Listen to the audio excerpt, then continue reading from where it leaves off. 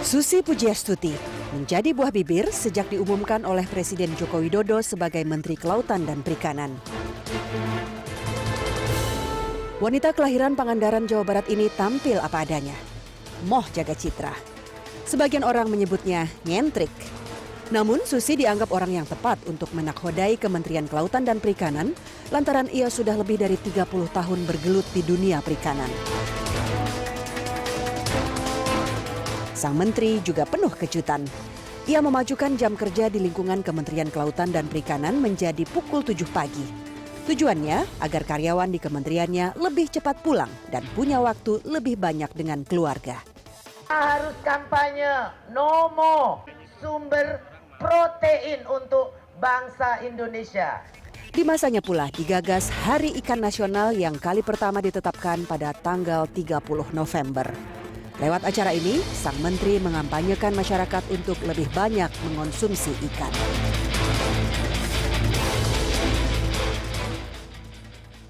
Masih bersama Ibu Susi Pujiastuti di The Headlines. Bu, kita tadi bicara nelayan dan yang kita sebut nelayan yang biasanya orang di garis kemiskinan, dan kemudian ada satu yang saya baca dari peraturan yang aturan yang sudah Ibu buat, yaitu rencana untuk mengurangi pungutan kepada para nelayan. Bukan rencana mengurangin, sebetulnya langsung untuk meniadakan pungutan. Untuk kapal-kapal di bawah 10 gross ton. Itu kapal nelayan kecil ya itu ya? Iya, tadi kita juga pagi ini saya meeting, saya lihat juga nelayan antara 10 sampai 20 gross ton juga udah saatnya kita bantu. Jadi kemungkinan saya akan mengimbau daerah kembali untuk meminta yang 10 sampai 20 gross ton juga tidak dipungut lagi.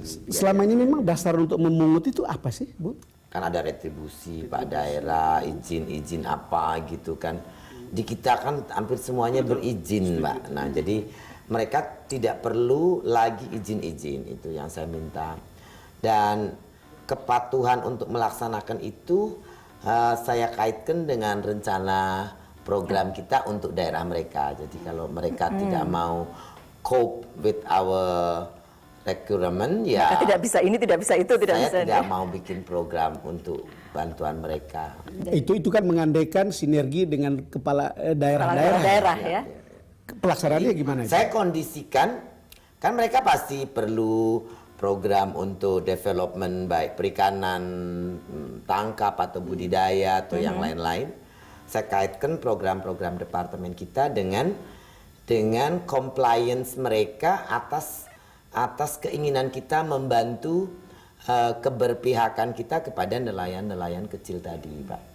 Termasuk beberapa policy kita tentang sustainable kelola laut. Jadi peraturan bakau tidak boleh ditebang, kemudian perdagangan kepiting dan lobster bertelur tidak boleh, penertiban alat tangkap yang tidak ramah lingkungan. Ini semua mereka harus ikutin dengan peraturan daerah atau keputusan bupati paling tidak.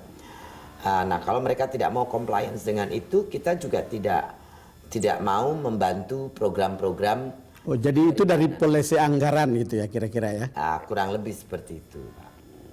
Ya, itu juga kemudian diseringi dengan kunjungan ke daerah ya Bu ya, untuk melihat kondisi real di lapangan. Sejauh ini di beberapa daerah. Saya sudah ke Natuna, Pontianak, terus ke Derawan, dan kemarin kita kan di Pontianak sudah ada tangkapan 5 kapal Thailand dan 1 kapal Vietnam. Terus di Berau kita dapat tangkap nelayan-nelayan Malaysia dari wilayah Sampurna, yang mana dibilang manusia perahu, sebetulnya bukan manusia perahu. Ya, saya pikir mereka cuma biasa hidup di atas perahu, tapi tidak. Mereka punya desa sebenarnya. Mereka punya desa sendiri. Jadi kurang lebih 600-an katanya hari ini. Ini model Ibu berjalan di lapangan ini naik motor gede. Ya itu kan udara panas, Pak. Saya suruh dibonceng pakai sepeda motor bebek. Saya tahu sepeda motor bebek itu sering kecelakaan. Daripada begitu saya bilang, sini motornya saya naikin sendiri. Dengan jalan yang memang jalan yang kalau terlihat ya. Iya, jalannya memang tidak semulus seperti di ini. Itu bukan jalan, itu bandara yang sedang dalam tahap penyelesaian, Pak, ya. Bandara di mana? Bandara di Berau, Pak. Ya. Oh di Berau, ya. Saya memang senang naik sepeda motor, Pak. Sudah sepeda motor senang, bawa pesawat sendiri, Ya itu untuk bawa truk juga. itu hobi. Truk kan zaman dulu, Pak. Sekarang tidak lagi, Pak. Sekarang naik motor juga udah nggak boleh. Kalau diturutin nggak boleh katanya, Pak. Iya, Makanya pas di sana Pak Bupatinya naik sepeda motor, jadi saya ada kesempatan untuk ikut naik. oh. Nah, ini amazing untuk mobilitas seorang perempuan seperti ini. Mungkin saya tidak bermaksud gender, tapi ini sangat strong. Bapak aja yang tidak suka kesetaraan barangkali. Tidak juga, saya menyukainya. Tetapi ini kan agak langka gitu, Bu. Saya tidak mau komentar soal kesetaraan gender. Tapi memang kalau melihat lokasi seperti ini, Bu, ini memang khas sekali ya, lokasi daerah-daerah nelayan, daerah-daerah tempat yang agak jauh dari. Kalau di Berau kemarin itu kan dapatlah yang kemudian tadi Ibu bilang manusia perahu yang sebetulnya bukan manusia perahu beneran. Manusia yang hidup di perahu lah Gitu ya. loh. Kalau kita ke daerah-daerah seperti ini, di Berau itu kan hanya salah satu case, Bu, terutama yang dekat-dekat dengan perbatasan. Ada masih banyak tempat yang lain. Saya berpikir sih seperti itu. Kita belum lihat yang Sulawesi atas, Pak. Katanya memang banyak juga orang-orang Filipina yang sudah bercampur baur dengan masyarakat Karena dekat setempat, sekali di sana ya. kan, ya. Selama mereka tidak merusak sih saya pikir tidak ada salahnya. Tapi kalau mereka sudah menangkap dan mengganggu eksistensi masyarakat setempat, nah itu ya mesti kita. Kalau itu mereka gunakan hanya untuk yang mereka pakai hanya untuk hidup sehari-hari, mungkin tidak masalah. Tapi kan itu sebetulnya kita bicara kedaulatan juga ya. Kalau itu makin banyak, makin tidak terkontrol, then what? Kan? Jangan-jangan nanti di satu pulau penduduk luarnya lebih banyak daripada pribumi. Membiarkan pada saat masih kecil-kecil, masih sedikit, nanti lama-lama akan susah dalam pikiran saya sih ya, what we have to do as a country, ya we have to do. Protect our territorial, protect our people, protect our sovereignty. Itu jalan pikiran yang menurut saya sudah sangat tepat, tapi belum tentu diikuti oleh begitu banyak orang. Jalan pikiran seperti itu. Ya, saya pikir sebetulnya yang sangat logik dan simple ya Pak. Ya, kita sebagai negara kan masing-masing ya tatanan dunia kenegaraan masing-masing wilayah kedaulatannya kan sebetulnya itu sudah hal yang lumrah saja. Pidatonya sih sudah lama begitu, pidatonya.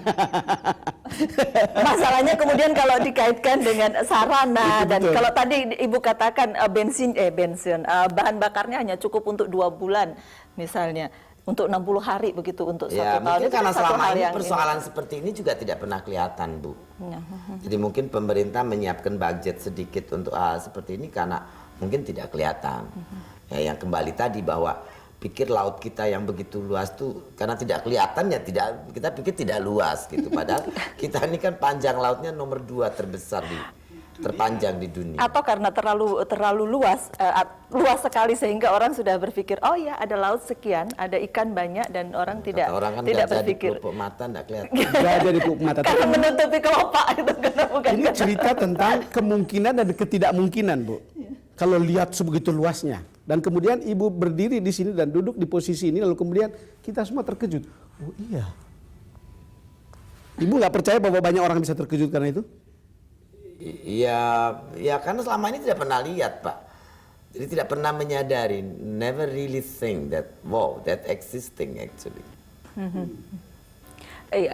Seperti Ibu bilang datanya tidak ada sekarang ini, kemudian data pencurian, berapa pencurian pasti sudah tidak ada, yang ada kemudian yang ditangkap dan kemudian yang kemudian dirasakan hasilnya oleh masyarakat adalah ikan ada. Ikan mahal atau ikan ada tapi Susah, tidak tertangkap. nelayan, Susah. industri pada jatuh. Iya. Tapi kan sebetulnya kalau data-data itu kita bisa lihat data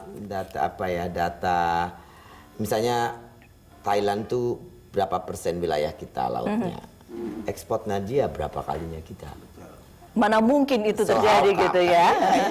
Sebetulnya logik aja lah hitungannya gitu Pak. Jadi ya itu kita ini kan nomor 2 terpanjang di dunia pantainya, tapi kita ekspornya nomor 5 di ASEAN loh Bu.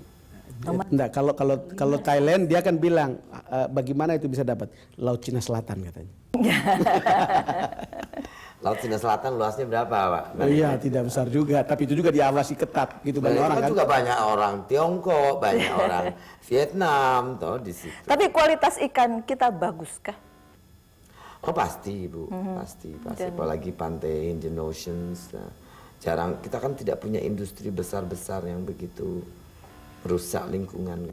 Ibu, kalau Ibu Susi jalankan ini kan asumsi saya adalah bahwa kita akan makin produksi ikan makin tinggi, makin besar jumlahnya, kemudian konsumsi ikan kita juga akan makin tinggi.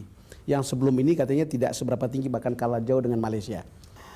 Ya kita kan kemarin bikin pertama kali membuat peringatan Hari Ikan. Kita ingin Indonesia penduduknya tuh memulai makan ikan lebih banyak.